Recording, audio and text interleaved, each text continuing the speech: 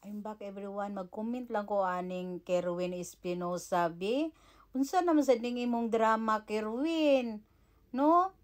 Abi na ko nga dito sa Senate hearing sa una nga dili ka mo lang sa pagka-mayor para sa justice sa imong papa. O ninangsad ka pagka-mayor.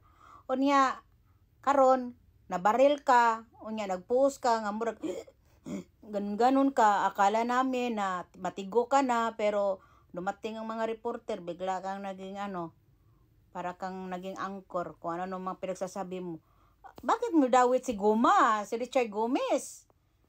Si Tatay Digong nandun sa ICC. Ang mga Duterte ngayon at mga friendship ni Tatay Digong ngayon, na problema kung paano ibalik si Tatay Digong dito. Kasi si Tatay Digong may sakit, nag-alala ang lahat. No? Bakit? Ikaw lang talaga ang bigyan ng pansin at barilin? Ha? Ikaw lang talaga. At bakit si Tatay Digong lang talaga ang may kagagawan yan? Alam naman talaga ng sambayan ng Pilipino na mga drug lord, allergy talaga sa pangalang Digong, sa pangalang Duterte. Dahil alam nating lahat na si Tatay Digong, hate na hate ni Tatay Digong ang adik, mga drug addict, mga bangag, mga drug lord. Ha? Pero wag mo naman mapagbintangan si Tatay Digong. Si Tatay Digong nandun sa ICC. At saka, isa pa, si Richard Gomez, hindi naman yan nanoon dyan sa, sa Ormoc-Leyte na tinutukhang ang mga drug lord. Sobra ka naman. Yung mga style mo, mamuliti ka, ayaw pasig damay-damay diha. Kerwin, kay isipin mo Kerwin, baka mayroon ka pang ibang mga lahat na lang si Tatay Digong, mga side ni Tatay Digong, lahat na lang. Bakit lahat na lang pagbintangan ninyo? Mas may malaki silang problema na inaasikaso kaysa ikaw. Ano ka ba? Bakit? Bakit ganyan ka ba ka-defensive sa sarili mo? Ha? Panindigan mo na hindi ako drug addict o hindi ako drug lord. I'm sorry. Kani reaction lang ni reaction lang ni nako. No, dapat i-confident mo kaugalingon dahil si Tatay Digong, ang tinutukang ni Tatay Digong sa mga sinasabi diyan na mga ang hate ni Tatay Digong ang mga drug lord. So, ayaw pagpahalata nga drug lord ka. Ayaw pag-ingon nga gikuan ka kay drug lord ay ka. 'Di ba? Dapat imong kung ano nimong kaugalingon kay ngampanya biya karon.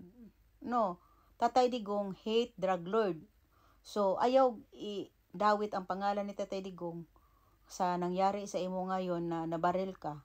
Dahil, di ba? Alangan naman, imo dang i-prove sa mga tao nga drug lord ka. Nga ang ayaw ni Tatay Digong ang mga drug lord. So, wag mong idawit si Tatay Digong dyan. No? Paminsan-minsan, isipin mo na, itong mga haters ko, nainggit sa kagwapuhan ko, ito ang mga nainggit sa akin.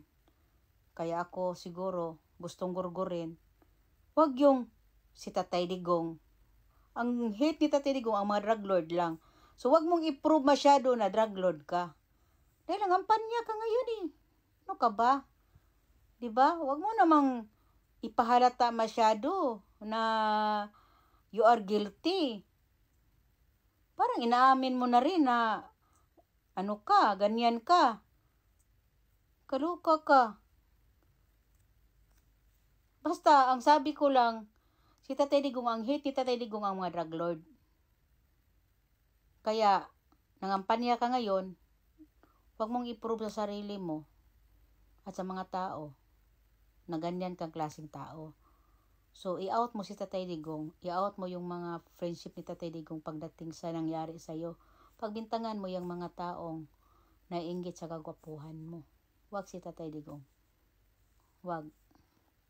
Nangampanya ka ngayon eh. 'Di ba? Ganyan lang.